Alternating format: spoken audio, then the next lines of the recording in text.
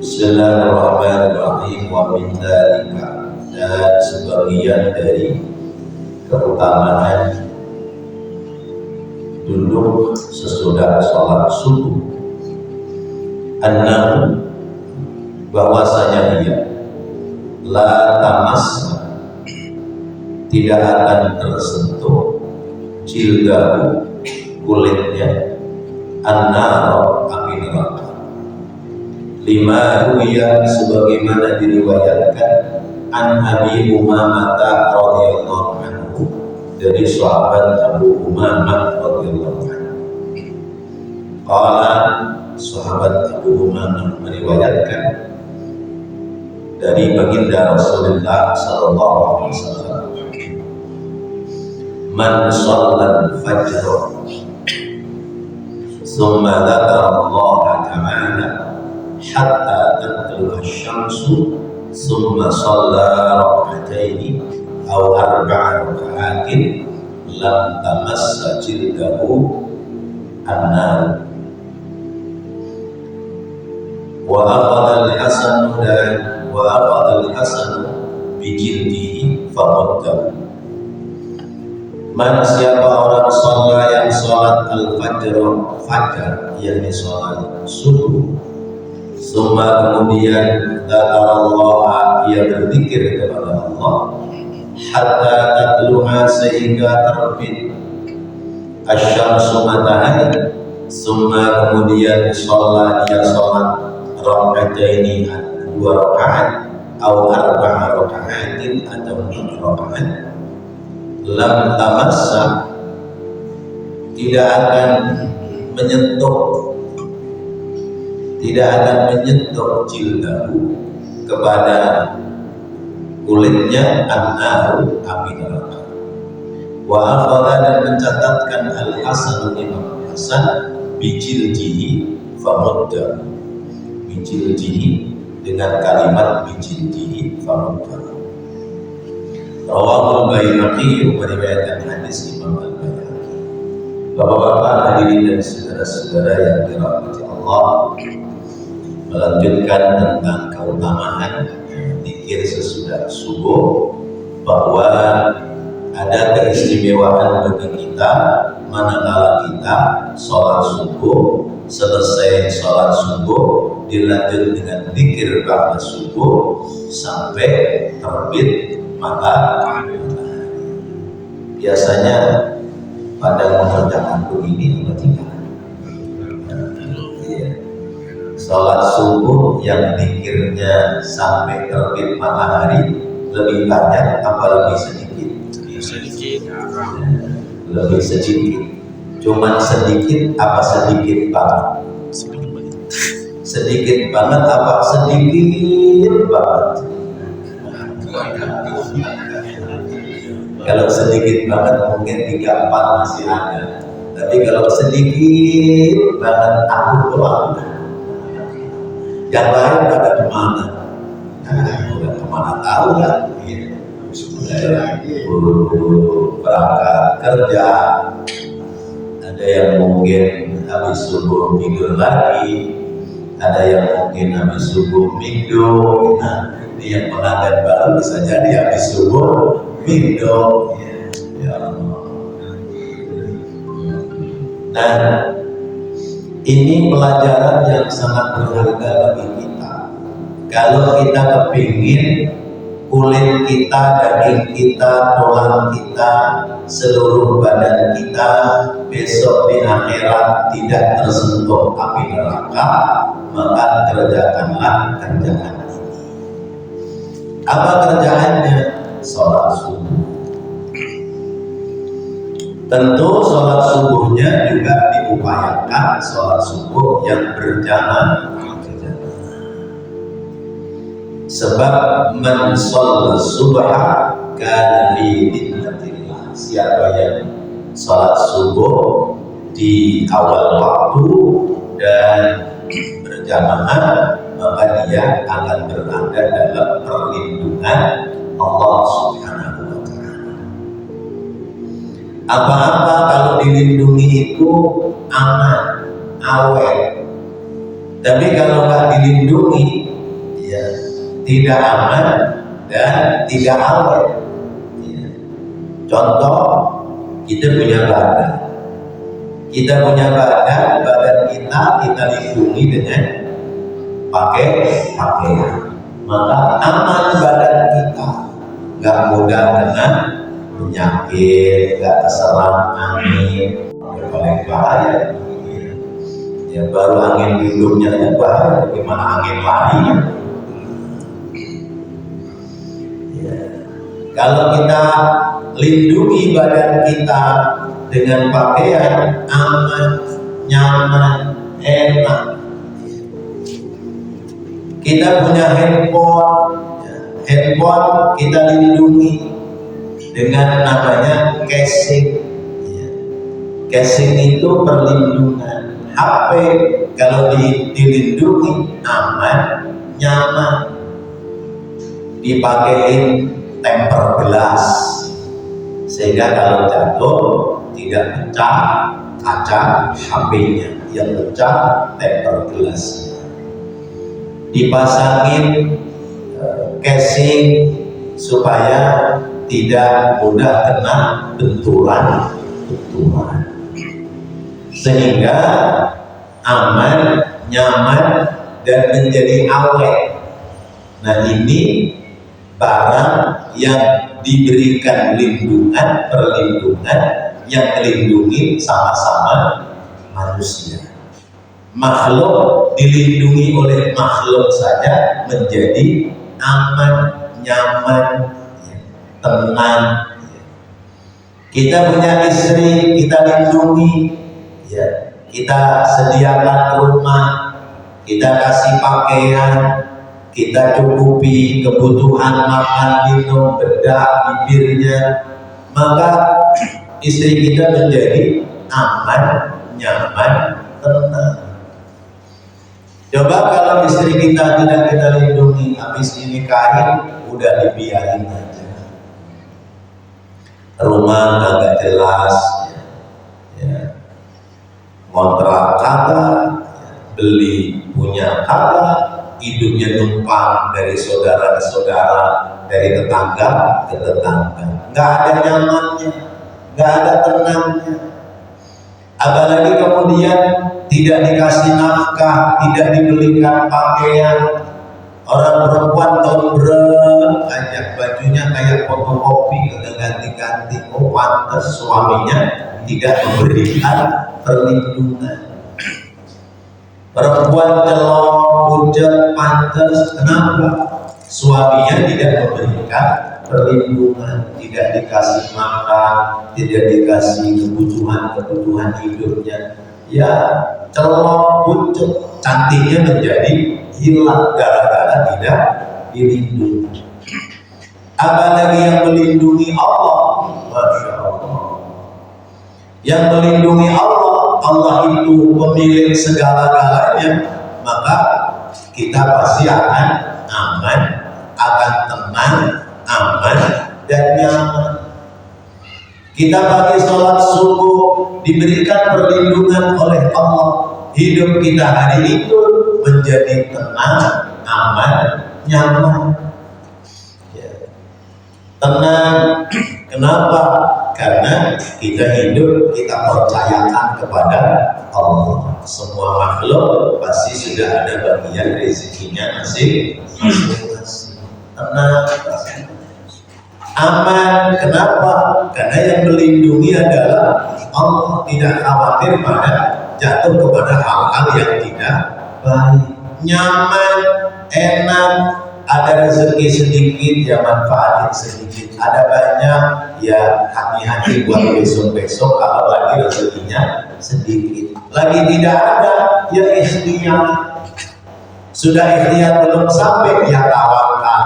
Rezeki kalau usah dikejar-kejar, kalau sudah milihnya pasti bakal sampai. Yang penting ikhtiar. Coba bagaimana tidak tenang kalau kita hidup berpikir seperti itu. Nah, keamanan, ketenangan, kenyamanan kita peroleh manakala kita bangun pagi, sholat subuh. Kemudian sesudah sholat subuh, Jangan langsung bangun berdiri. Kita zikir dulu. Zikir pada sholat subuh. Zikir pada sholat subuh di kitab Al-Adhkarun Nawawi dijelaskan rinci. Istighfar 3 kali, kemudian la ilaha illallah wahdahu la syarika lah, lahul mulku wa lahul hamdu yuhyi wa yumiitu wa huwa ala kulli syai'in qadir 10 kali. Allahumma ajirni minan nar kalau sendiri, kalau berjamaah Allahumma ajirna minan nar, Allahumma ajirna minan nar sebanyak 7 kali. Ilanjut Allahumma antas salam wa minkas salam wa ilaika yarujus salam fa'ayyina rabbana bissalam wa adkhilna jannata daras salam tabarakta rabbana wa ta'alaita ya dzal jalali wal ikram. Selesai baca Fatihah. Selesai baca Fatihah, baca Qul 3 kali.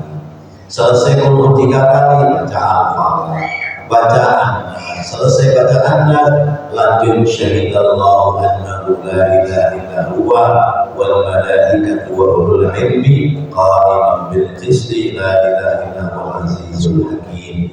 Inna dina indallahi al-islam qul illahumma malikal mulki tu'til mulka man tasha' wa tanzi'ul mulka mimman tasha' wa tu'izzu man tasha' wa tudhillu man tasha' bi yadikal khair innaka 'ala kulli syai'in qadir.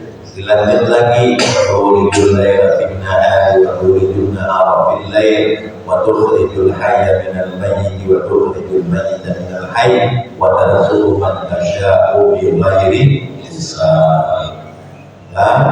Ya sudah lanjut ayat kursi, tadi sudah hafalan ayat kursi, akhir surat Al-Baqarah, terus disambung lagi, baru baca Subhanallah 33 kali, Alhamdulillah 33 kali, Allahu Akbar 33 kali.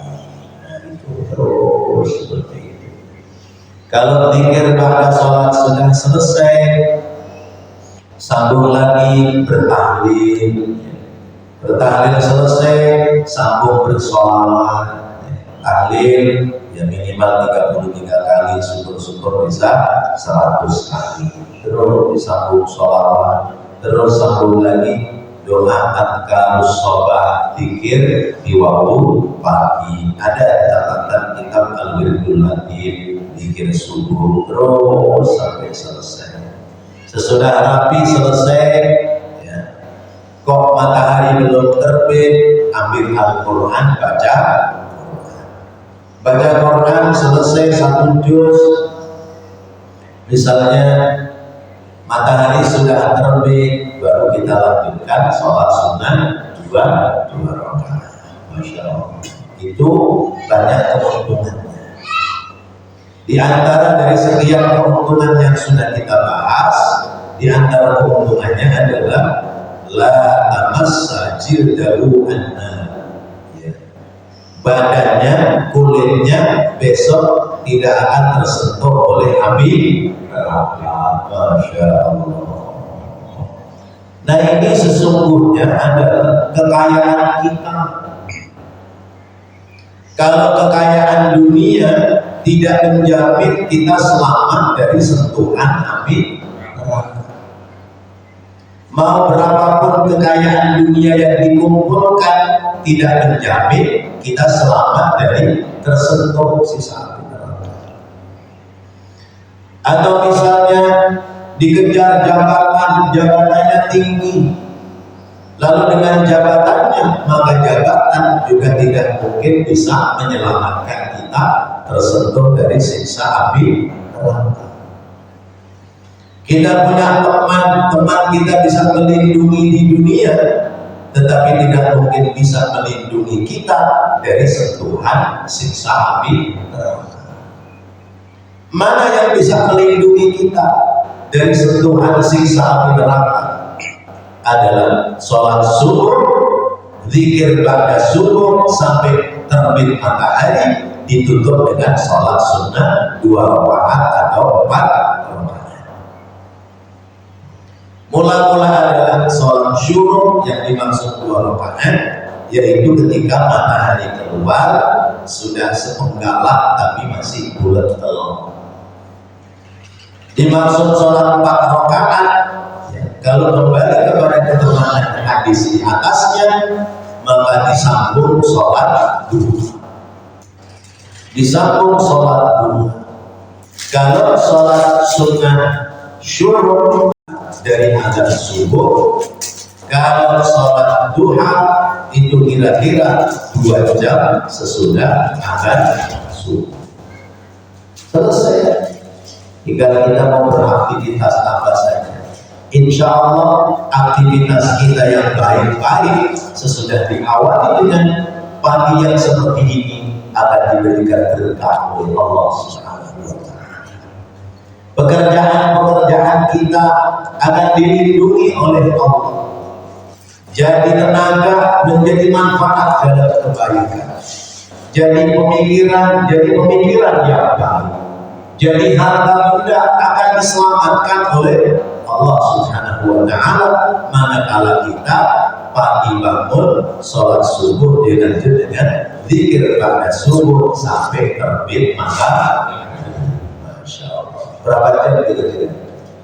Dari azan subuh sampai terbit matahari. Ya kurang lebih 1,5 jam.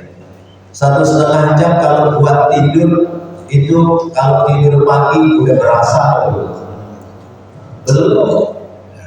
Tidur itu mengambil pelajaran, yaitu namanya kailullah.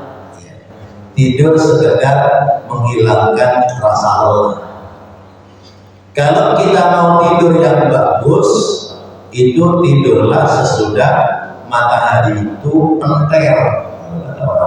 Kata kita, panasnya sudah menyengat, ya. Di atas jam 9 itu boleh tidur.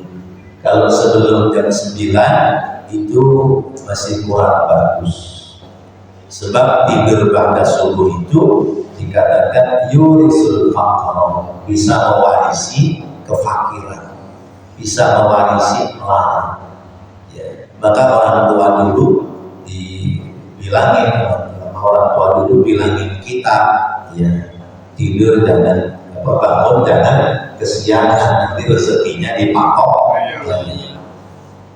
Orang lain sudah sampai mana, kita masih merem-merem, ya. Padahal malamnya sudah tidur. Maka tidur itu sekedar kailullah. Mungkin jam 11, jam 9, jam 10, atau mungkin jam 11 sampai masuk waktu zuhur cukup setengah jam, ya, 1 jam, atau pada sholat zuhur sebentar untuk sekedar menghilangkan rasa lelah. Sesudah itu aktivitas kembali. Nah, ini adalah pekerjaan-pekerjaan yang mulia yang hendaknya dikerjakan oleh kita orang Islam yang sudah mengaku beriman kepada Allah Subhanahu wa Ta'ala. Hanya kita kadang-kadang kalah oleh urusan-urusan dunia. Maka Al-Habib Abdullah bin Ali Al-Haddad di dalam kitab An-Nasaihud Diniyah wal Wasail Imaniyah, beliau menyampaikan, wahai saudara-saudaraku, bangunlah kalian dari kelupaan. Bangunlah kalian dari kealpaan sibuk mengurusi dunia. Kita ini lupa dengan tugas kita yang sesungguhnya. Tugas kita yang sesungguhnya adalah kita diperintahkan untuk ibadah, diperintahkan untuk cari bekal negeri akhirat. Tapi kita kalau udah megang urusan dunia, semuanya menjadi lupa untuk persiapan bekal akhirat. Nah, Bapak-bapak, Ibu, hadirin hadirat rahimakumullah, ini pelajaran yang pertama dari hadis yang kita baca malam ini. Kita akan baca pada hadis yang berikutnya. Wa min dzalika, dan sebagian dari keutamaan zikir ba'da subuh annahu bahwasanya la yaqumu tidak bangun seseorang min musallahu dari musallanya, dari tempat sholatnya, illa kecuali wasahaifan dan lembaran-lembaran catatan amalnya naqiyatun menjadi bersih, qad ghafarallahu sungguh Allah telah mengampuni lagu baginya dosa-dosanya. Orang yang zikir ya, duduk di tempat sholatnya ya, itu selama itu dia mendapati ampunan Allah, catatan-catatan amalnya menjadi bersih, keburukan-keburukannya menjadi hapus. Waruya an Amrah, dan diriwayatkan dari sahabat Amrah radhiyallahu anha. Amrah ini perempuan. Qalat, dia berkata, sami'tu ummul mukminin, aku mendengar ya, ibunya orang-orang mukmin, ta'ni Aisyah, yaitu adalah Siti Aisyah radhiyallahu anha. Taqulu, dia berkata, sami'tu Rasulullah sallallahu alaihi wasallam yaqul, aku mendengar Rasulullah sallallahu alaihi wasallam bersabda, man shallal fajr aw qala al-ghadata faqa'ada fi maq'adihi falam yad'u bi syai'in min amri dunya wa yadhkurullaha hatta yusalli ad-duha arba'a raka'atin kharaja min dunubihi kayawma waladathu ummuhu la dhanba. Rawahu Abu Ya'la wal lafdhu lahu at-Tabrani. Meriwayatkan hadis Imam Abu Ya'la dan lafadznya dari Imam at-Tabrani. Artinya dua imam hadis meriwayatkan. Apa yang disabdakan oleh Rasulullah, man siapa orang sholat yang sholat al-fajr, sholat fajr yakni sholat subuh, atau Nabi bersabda al-ghada, yakni man sholat al-ghada, siapa yang sholat pagi yaitu sholat subuh, faqa'ada, kemudian dia duduk fi maq'adihi, di tempat duduknya, falam yalhu, kemudian dia tidak melakukan bisyai'in, dengan sesuatu, min amrin dunia, dari urusan-urusan dunia, wa yadhkurullaha, dan dia berzikir kepada Allah, hatta yusalli ad-duha, sehingga ia salat duha, arba'a raka'atin, sebanyak 4 rakaat, kharaja, keluar, min dunubihi, dari dosa-dosanya, kayawma waladathu ummuhu, seperti hari di mana dia dilahirkan oleh ibunya, la dhanba, tidak ada dosa lahu baginya. Bapak dan Ibu yang dirahmati Allah, kalau tadi ya, keutamaannya adalah terbebas dari sentuhan api neraka, maka pada hadis ini orang yang melaksanakan sholat subuh kemudian dia zikir ba'da subuh sampai masuk waktu duha, maka catatan-catatan amalnya, sekalipun tadinya nilainya ada konten merahnya ya, maka nilai merahnya dirubah menjadi biru, nilai merahnya dirubah ya, catatan amalnya yang isinya dosa-dosa dihapus oleh Allah, diganti dengan nilai-nilai kebaikan.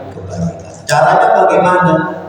Duduk sholat subuh, kemudian duduk di tempat sholat itu, zikir terus sampai kemudian terbit matahari ya. Kemudian dia tidak melakukan sesuatu tentang urusan dunia, dia berzikir kepada Allah sehingga dia sholat duha, maka dosa-dosanya diampuni, bersih catatan amalnya dari kesalahan dan dosa. Masya Allah. Nah, bapak-bapak, ibu, hadirin hadirat rahimakumullah, ini amalan kita. Kalau kita sudah tidak ada kerjaan-kerjaan penting pagi hari, maka kerjakan pekerjaan yang seperti ini. Karena ini yang bakal menyelamatkan kita nanti di akhirat. Kalau kita mengerjakan yang seperti ini, maka kita akan selamat ya, dunia dan akhirat. Maka inilah sesungguhnya tujuan Allah menghadirkan kita manusia ke pentas kehidupan dunia. Allah menghadirkan kita ke pentas kehidupan dunia tujuannya agar kita ibadah kepada Allah. Wa ma khalaqtul jinna wal insa illa liya'budun. Aku tidak ciptakan jin dan manusia kecuali untuk menghambakan diri kepada Allah, untuk beribadah kepada. Jadi Allah menghadirkan kita mengisi kehidupan dunia adalah untuk ibadah. Maka hidup bukan sekedar makan minum, hidup bukan sekedar kerja nyari duit, hidup bukan sekedar berkeluarga, hidup bukan sekedar memperbanyak harta, juga memperbanyak keturunan, tapi hidup harus diisi dengan ibadah. Hidup harus diisi dengan ibadah. Maka kalau kita hidup kita tidak mau mengisi dengan ibadah, rugi kita. Kalau hidup hanya urusan makan dan minum, apa bedanya dengan binatang? Binatang bangun pagi, yang dicari makanan, yang dicari minuman. Kalau kita hidup itu sekedar makan dan minum, sekedar kerja, ya, nyari kekayaan, ya, sekedar kerja, apa bedanya kita dengan binatang? Ada binatang yang dijadikan kendaraan dalam bekerja, keledai, kuda, ya, sapi, atau kebo buat gelumbu di sawah. Ya, zaman dulu gelumbu di sawah, ya, itu pakai kebo, ya, ya, maka disebutnya pegawai, ya, karena alatnya lumbu. Ya. Kemudian ada kebonya kanan kiri disabet sama tukang lumpunya. Itu lumpunya bawahnya ada besinya, namanya singkal. Atau masih pada ingat apa enggak? Ya. Ada singkal, ada pacul, ada kampak, ya, ada pisau. Itu alat-alat untuk bekerja. Kalau kita hidup cuma buat kerja, nyari keuntungan dunia, apa bedanya dengan makhluk-makhluk yang lain? Kalau kita hidup hanya sekedar untuk mendapatkan pasangan hidup, apa bedanya kita dengan binatang? Binatang juga pada punya pasangan hidup. Kalau kita hidup hanya memperbanyak anak, ya, kita kalah sama kucing. Ya, kucing itu, ya, kucing betina, ya, dikawin oleh 5 jantan. Bergantian lagi, kan kita kadang-kadang lihat betinanya 1 limba, jantannya 5 antri, nunggu antrian. Yang paling depan, ya, begitu limba naik jatuh. Kalau udah naik, ntar betinanya naik, udah jantannya lari, udah selesai. Ya. Nanti pejantan yang kedua maju lagi, pejantan yang ketiga maju lagi. Makanya begitu beranak, nggak ada yang mau ngakuin jantannya. Bapaknya nggak ada yang mau ngakuin, bapaknya rame-rame. Nggak ada yang tanggung jawab. Akhirnya maknya ngurusin sendiri. Anaknya ada yang 5, ada yang 7, Masya Allah. Apalagi ayam, wah, lebih parah lagi ayam. Ya. Ayam kawin, ya, betina kawin sama jagung. Ya. Telur 1, telur 2, telur 3, telur 12. Ya, betinanya kawin anak. Jantannya kemana? Nyari perempuan lain. Jantannya kawin lagi sama 2 keluarga yang lain dasar ayam. Ya, begitu bininya ngeremin anaknya, jantannya nyari babon, lain dasar ayam. Jangan kesinggung, ayam saya bicara. Ya. Kalau ada orang kayak begitu, dia berarti ayam. Coba temannya sendirian urusin anaknya, netes 12-12-nya, Masya Allah. Padahal tangannya cuma 2, jarinya 4, dua tangan jarinya cuma 8. Tapi tidak pernah mengeluh urusin anak-anaknya sampai anak ayam jadi ayam. Masa orang kalah sama ayam? Ya, anak nggak sampai 12, dikasih tangan, dikasih alat 4, ya, kaki 2, tangan 2, dikasih jari 20. Masa kalah sama ayam? Baru ngurusin anak 3 aja udah stres. Ayam ngurusin anaknya 12, ngurusin sendiri lagi. Masya Allah. Gak pakai pembantu, gak ada yang masangin, gak ada yang mandiin anaknya, gak ada yang masangin pempesnya, ya. Tapi jalan aja banyak, selesai ngurusin 12 anak. Masya Allah. Malah manusia kadang-kadang kalah sama binatang. Nah, kalau kita hidup sekedar memperbanyak anak, memperkaya kehidupan dunia, rugi kita. Karena tugas kita dalam hidup adalah ibadah. Tugas kita dalam hidup adalah ibadah. Maka supaya ibadah kita menjadi benar, kita kudu punya modal ibadah. Modal ibadah kita supaya benar, supaya ibadah kita diterima oleh Allah Subhanahu wa Ta'ala, supaya ibadah kita yang sedikit tapi ada nilai yang besar.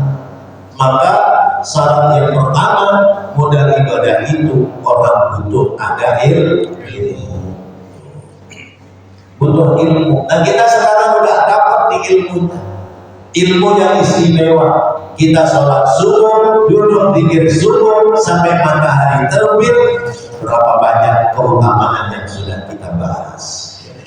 Di antaranya dosa diampuni, yang kedua terbebas dari sentuhan api neraka, yang lalu itu banyak yang sudah kita bahas. Di antaranya adalah mendapati pahala haji dan umroh yang makbulah.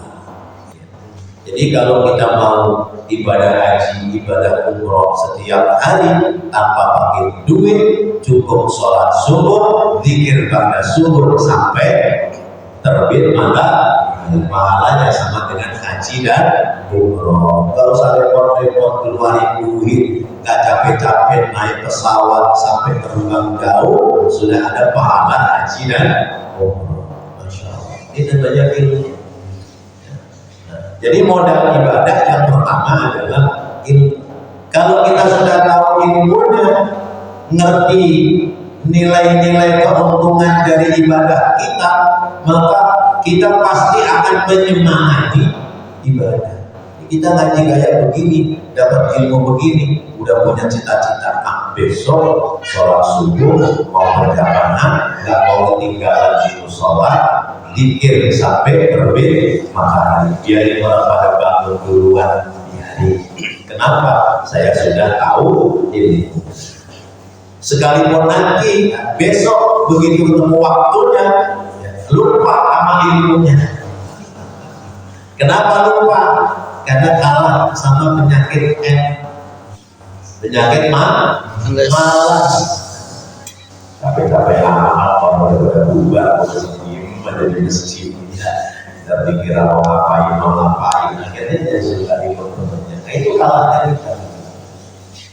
Kemudian di dalam meraih ilmu, maka kita akan tahu tentang tata cara ibadah. Kita akan tahu tentang tata cara ibadah kalau sudah punya ilmu. Kita punya ilmu, kita akan tahu ibadah kita diterima atau tidak oleh Allah. Kita punya ilmu, maka kita akan mengerti apa sih faedah manfaat dari kita menjalankan ibadah, maka menjadi semangat. Itu yang pertama, modal kita dalam ibadah. Kemudian yang kedua, modal kita dalam ibadah sesudah ilmu adalah kita dalam ibadah kita butuh namanya niat yang benar. Dalam ibadah butuh niat yang benar, yaitu niat kita ibadah semata-mata karena Allah. Sebab innamal a'malu binniyat. Karena sesungguhnya amal perbuatan itu tergantung kepada niat. Jadi niat kita supaya benar karena Allah, bukan karena yang lain. Lalu kemudian yang ketiga, kita butuh modal ibadah itu istiqomah, gerakan yang kita laksanakan secara terus menerus kita jalankan terus, jangan berhenti. Itu dalam rangka melaksanakan ibadah supaya menjadi bernilai. Orang kalau sudah istiqomah dalam ibadah, maka unsur riyanya hilang. Mula-mula mungkin masih ada unsur riya, pamer karena manusia. Tapi kalau dijalankan terus-menerus, riyanya akan hilang, yang timbul adalah ikhlas. Satu contoh pernah saya sampaikan di beberapa waktu lalu yang sudah lama. Ada menantu itu kebetulan mertuanya adalah mertua masjid atau orang yang rajin ke masjid. Kata istrinya, "Bang, malulah sama mertua, bapak aja yang sudah tua rajin ke masjid, masa kita nggak mau ke masjid?" Akhirnya mantunya jarang berangkat ke masjid karena malu sama orang tua. Berarti belum karena Allah, tapi karena istiqomah. Pokoknya sambil di rumah berangkat ke masjid, di rumah berangkat ke masjid, masuk waktu maksudnya berangkat ke masjid. Sampai kemudian mertuanya meninggal.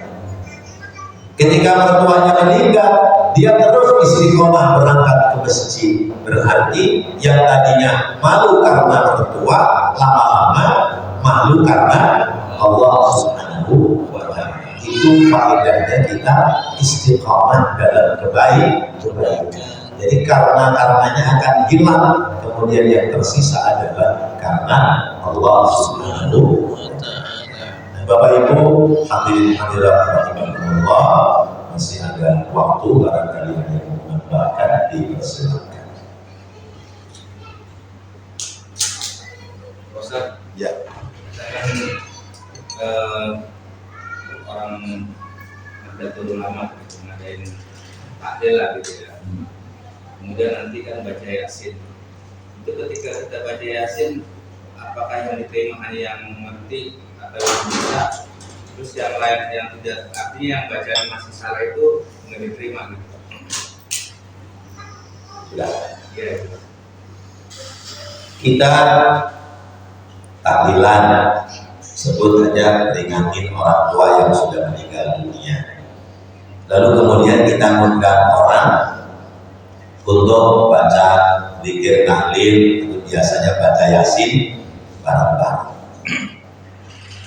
Itu bacaan siapa yang diterima? Bacaan siapa yang diterima? Pertama, terkait dengan kematian seseorang itu, idza mata ibnu adam inqata amaluhu illa min salasin. Ya, kalau orang meninggal dunia putus amalnya kecuali tiga: shadaqatin jariyatin, aw ilmin yuntafa'u bihi, aw waladin shalihin yad'ulahu. Pertama shadaqah jariyah, yang kedua ilmu yang bermanfaat, yang ketiga anak yang soleh dan mendoakan. Nah, maka kedatangan orang-orang dalam membaca Al-Quran untuk si mayit, karena yang mengundang ini anak soleh, maka orang-orang itu pada datang.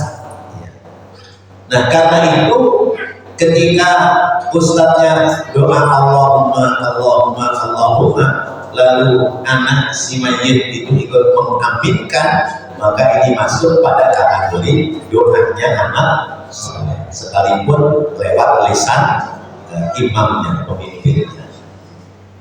Itu yang pertama. Lalu yang kedua, bagaimana dengan bacaan orang-orang yang fasih dan bacaan yang tidak fasih? Bacaan Al-Quran kita yang fasih, tentu pahalanya kembali kepada kita yang membaca. Di samping ada pahala dari kita membaca Al-Quran, ada nilai kebaikan dari bacaan itu yang insya Allah akan sampai kepada si mayit yang dikhususkan. Nah, lalu bagaimana dengan orang yang bacaannya itu tidak fasih? Kalau orang membaca Al-Quran tidak fasih, tetapi dia masih dalam tahap belajar, maka ketidakfasihannya dimaafkan. Ya, tidak benarnya orang baca Al-Quran kalau dia masih tahap belajar, maka diampuni oleh Allah. Bahkan dalam hadis dikatakan, ya, man qara al-Qur'ana wa yatata'ta falahu ajrun. Siapa yang baca Al-Quran sedangkan dia membacanya masih terbata-bata, maka dia mendapati pahala dua.